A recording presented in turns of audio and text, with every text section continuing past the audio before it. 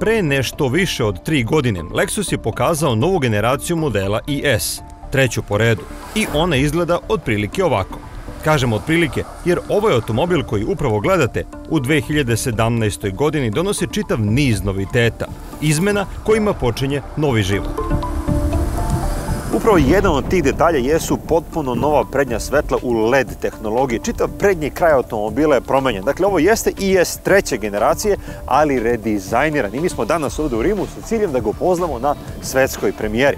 On je konkurent Audi A4, BMW serije 3, Mercedesu C klase, ali se na svaki način trudi da pokaže da je ovo automobil visoke tehnologije, jer praktično njemu su svi sistemi koje Lexus ima negde u ponudi, ali spakovani u ovo relativno kompaktno pakovanje. Zapravo, najviše od toga što on nudi kao novu tehnologiju može se vidi sa mesta vozača. Pogledajte, ekran je ovde, čak je 10 inča veliki ekran ovde sa navigacijom, odnosno sa multimedijalnim sistemom. Jednostavno, IS na svaki način pokušava da pokaže da on nudi visoku tehnologiju, da nije klasičan automobil kao njegovi konkurenti. Pokušava da privuče kupce kojima je recimo hibridni pogon kakav ima ovaj automobil važniji od dizel motora.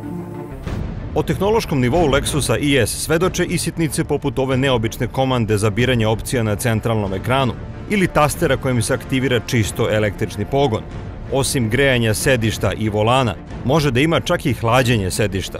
Tu je i kamera koja prepoznaje znakove i prati linije na putu. Deo opreme je čak i poklopac motora koji se izdiže da bi štitio pešaka pri sudaru. Baš kao što smo rekli, sve što Lexus nudi, ali u kompaktnom izdanju. Jedina prava zamerka koju smo ovako u prvom susretu pronašli na ovom automobilu jeste vezana za prtljažnik. Tačnije, to su dve zamerke na ovom mestu. Prva jeste ova ploča koja prekriva prostor za alat. Tanka i lagana i ne leže lepo. Kada je namestite ovako, ona se lako pomera, što ušte nije baš premium utisak kakav bi morao da bude. S druge strane, prostor ima dovoljno, ali oblik ovih obloga sa strane onemogućava da ga iskoristite lepo, jer su sve neke krivine, neke obline jedna za drugom. A prostor između krivine, evo, ovo se završava ovde, a ovo ovde je zapravo vrlo mali i nema prostora za veće kofere ili veće torbe, a moralo bi da bude, budući da je IS limuzina za putovanje. Osim hibridne verzije sa oznakom IS 300H, kupci mogu da odaberu još samo turbo benzinac od 2 litra i 245 konja. Dizela nema i neće ga ni biti. Zapravo, nije ni potreban, jer hibridni sistem sa benzincem od 2,5 litra i elektromotorom koji mu pomaže ukupno daje 223 konjske snage i u teoriji troši oko 4 litra. U praksi, na ulicama Rima i okolnim putevima, mi smo postigli negde oko 6. Možda je glavni kvalitet Lexusa IS potpuna tišina. Kako god da ga vozite, u kom god režimu rada, na kakvom god putu da se nalazite, on će biti veoma tih. Dakle, zvučna izolacija je odlična. Zbog toga, ali i činjenice da hibridna verzija ima CVT, odnosno kontinualni menjač, a ne klasičan automatik, ubrzanje do stotke od oko 8 sekundi se i ne primećuje. Stižete do visokih brzina bez napora, gotovo neprimetno. Ubrzanja su snažna, ali ujednačena i ista i na niskim i na visokim obrtajima. Asistencija elektromotora očigledno donosi rezultate, pogotovo kad prebacite automobil u takozvani sportski režim. Doduše, za razliku od ranijih hibrida Toyote, ovde je kontinualni menjač napravljen sa simulacijom fiksiranih stepeni prenosa.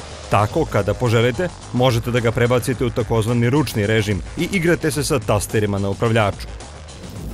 Ipak i pored toga nećete moći da iskoristite menjač za pravo uživanje u vožnji, jer se ponaša previše zaštitnički prema motoru. Naime, kada probate da iskoristite menjač da kočite motorom, recimo pred krivinom negde, neće vam dozvoliti da prebacite u niži stepen prenosa sve dok broj obrtaja motora ne padne ispod recimo 3000, a onda više nije ni bitno. Tako da to pomalo ubija dinamiku vožnje, koja je inače na ovom modelu mnogo bolja nego što je bilo. Dakle, sitnim izmenama oslanjanja unapredili su i osjećaj na upravljaču i prolazak kroz brze krivine. Praktično IS je stigao na nivo koji ima BMW serije 3. Kad ih već poredimo, treba reći da IS deluje manje, ali zapravo nije manji.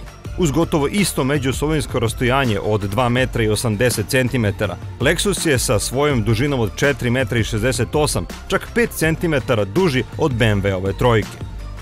Očigledno 17 godina od prve generacije IS-a Lexus je naučio mnogo. I ne samo što je naučio, nego je potpuno promenio standarde koje su do sada nametali nemački konkurenti. Pa kad su već kod Nemaca, ono što je saopšteno na konferenciji za štampu upravo pre početka ove vožnje, jeste da je Lexus po prodaju u premium segmentu stigao na mesto broj 4. Dakle, samo su Nemci ispred njega i ovaj automobil bi trebalo napraviti jedan krupan korak napred da se to treće mesto nađe nekako na vidiku. Kad su već kod IS-a, postoje dva interesantna podatka. Prvi, da je 90% prodaje hibridna verzija, a drugi da je 60% prodaje flotna prodaja. Dakle, kompanije u Evropi su potvrdile da dizel, kada postoji drugačija ponuda kao što je hibrid, nije prioritet i to je možda najkrupnija vest kada je Lexus u pitanju.